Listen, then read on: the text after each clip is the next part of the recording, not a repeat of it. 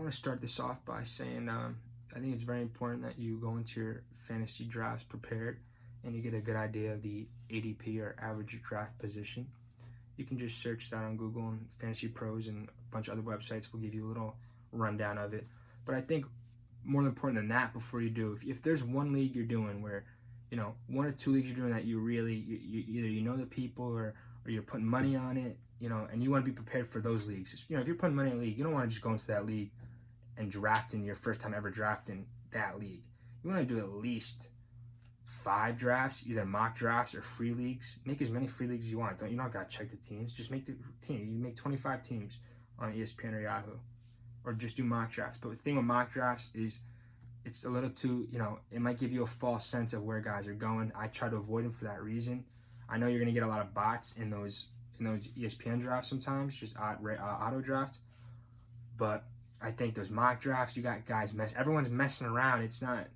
You want to know what people are drafting when it comes down to them drafting their teams. So that's why it's very important to look up ADP data. I'll put a link in the description to the Fantasy Pros ADP data and ESPN mock drafts, because I think it's very important to get an idea. Even if you don't, do the whole mock draft and do it seriously, at least you get to see the board, with the draft board. You get to see where guys are going with the consensus and all that, because I think that is really what fantasy baseball is about. Auction league, it's a little different, but it's about knowing where you need to structure where you're taking what guys, and you need to have, I would say it's good to have like 3 guys in every group of 10. It's kind of like tiering it, we're putting it by rounds, but have like 6 guys, 8 guys you really like every 2 rounds, guys you can identify and have faith in. What you don't want to do is not like enough guys, and then you end up picking a guy you shouldn't have picked. Find guys that are good to like. Don't just pick random guys because, find guys who have upside or who have good floors.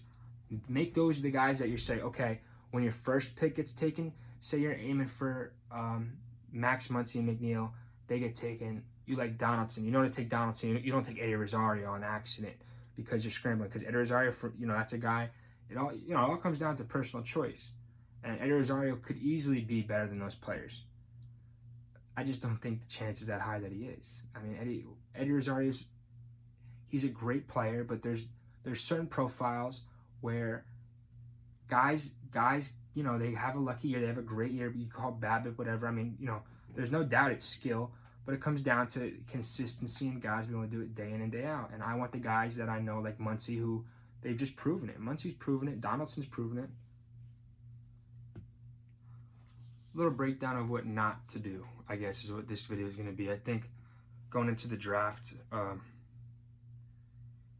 you see a lot of stuff people talking about guys that they want, and I think it's important to have guys you like, and I'm going to get into that in this video, but I think what's equally important, and maybe even more important, is knowing which guys going into the draft you aren't going to take at the spot they're at, or maybe even less than the value they're at. What I'm talking about is what their ADP is, or their average draft position. Now, if you're doing an auction draft, then you're using cash. But what I'm telling you still kind of works. It works the same in an auction draft.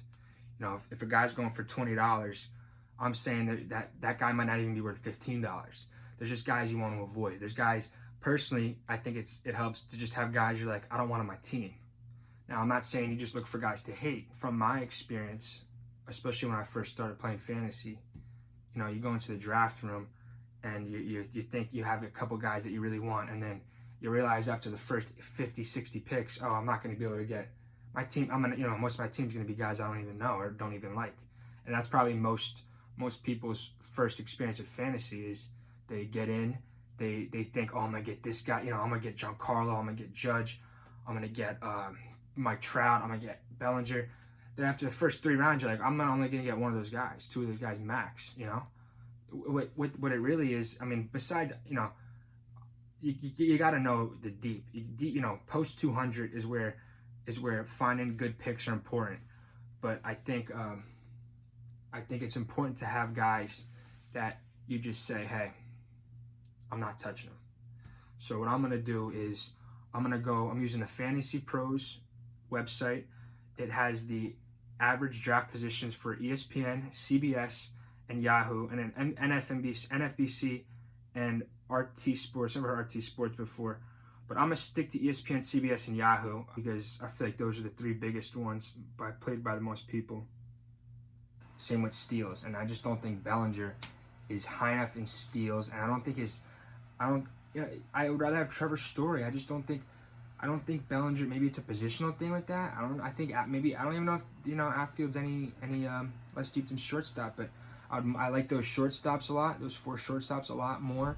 I like all of them a lot more than Bellinger. I just don't think Bellinger is a difference. I guess I'm saying he's not a difference maker. Give me Harper later. What is Harper doing that Bellinger's not? Really? Like, think about it. What is Bellinger giving you that Harper's not? First base eligibility? Even JD Martinez, he's not giving you steals, but that's what I'm saying. Bellinger's not giving you that many steals. If you take the steals out of it, and Harper is giving you some chip-ins. People I think with Bellinger, it's too much about chip-ins. Those chip-ins are going for way too much for Bellinger. He's just not a guy I like. I don't think he doesn't do. I don't think Bellinger will separate you enough from your competition because there's very similar outfield alternatives, and that's why those 4 shortstops are and Bregman at the third base. Those they kind of play into more where I want my draft to go. Either in the first round, I'm thinking I want one of those. If I don't have the first 1 or 2 picks, I'm getting one of those shortstops, or I'm getting DeGrom. And if there's any way I can get one of those shortstops and DeGrom, from the last pick 11, 12, then that's crazy. That's why having pick 11, 12, 10, 11, 12 is huge. If you can get one of those shortstops and then Freeman or JD Martinez, or DeGrom and pair him one of those bats, it's huge. It really is. If you can pick your draft position, you don't want to get stuck in the middle.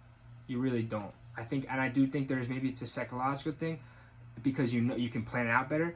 But when you get to pick back to back, or you get just 2 picks in between, it allows you to see the board better. I think you get a better idea. You get more confidence in your picks, I think.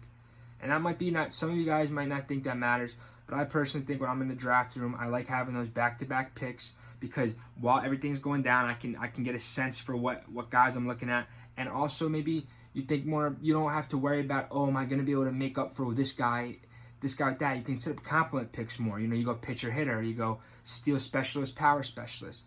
I think there is something to be said for that. You get a sense of where your team's going, and you can, I think, have more control over addressing needs when you're not stuck in those middle, like if you have pick 5 or 6, and you're waiting every 12. I don't like that. I do not like waiting that long or waiting around again. It's not for me. Not much to talk about in the first round.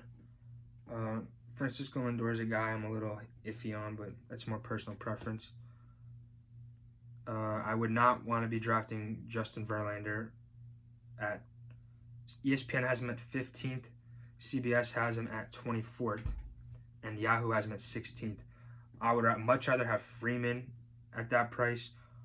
Buehler's going right before. I'd rather grab Buehler right before that.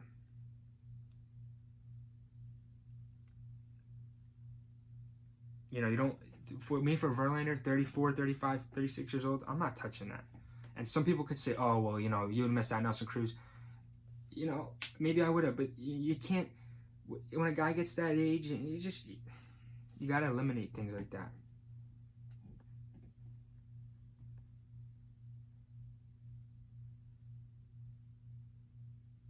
$36 overall, Patrick Corbin. I'm sorry, but again, this could all just be me, not my personal preference clouding me, but I think for me, what it is, I like to have a nice track record. I know I should talk about Verlander being bad, but that's an age thing. That's different. You need a track record. Patrick Corbin, he could blip off the map just as quickly as he came on the map. It's just not. Paying around 36 for that, you can grab Clayton Kershaw, Luis Castillo. I know people don't like it, but get Zach Greinke. I guess that's the age thing. That's funny that I say Zach Greinke, but the different profiles. A guy like Zach Greinke, if Verlander can't throw 99, Verlander's out of the league. Greinke's throwing 88, and he's having a better ERA than most MLB starters. It's just, It's having what I guess my philosophy that I build around is high floor with upside, but I'm not chasing hitters with high 30% strikeout rates. Those aren't my guys. I'm not drafting Stanton. I'm not drafting guys that are 38 years old. I'm not drafting the extremes. If I'm drafting, and that goes something that I need to work on, and maybe others have experienced this. You draft an extreme contact hitter.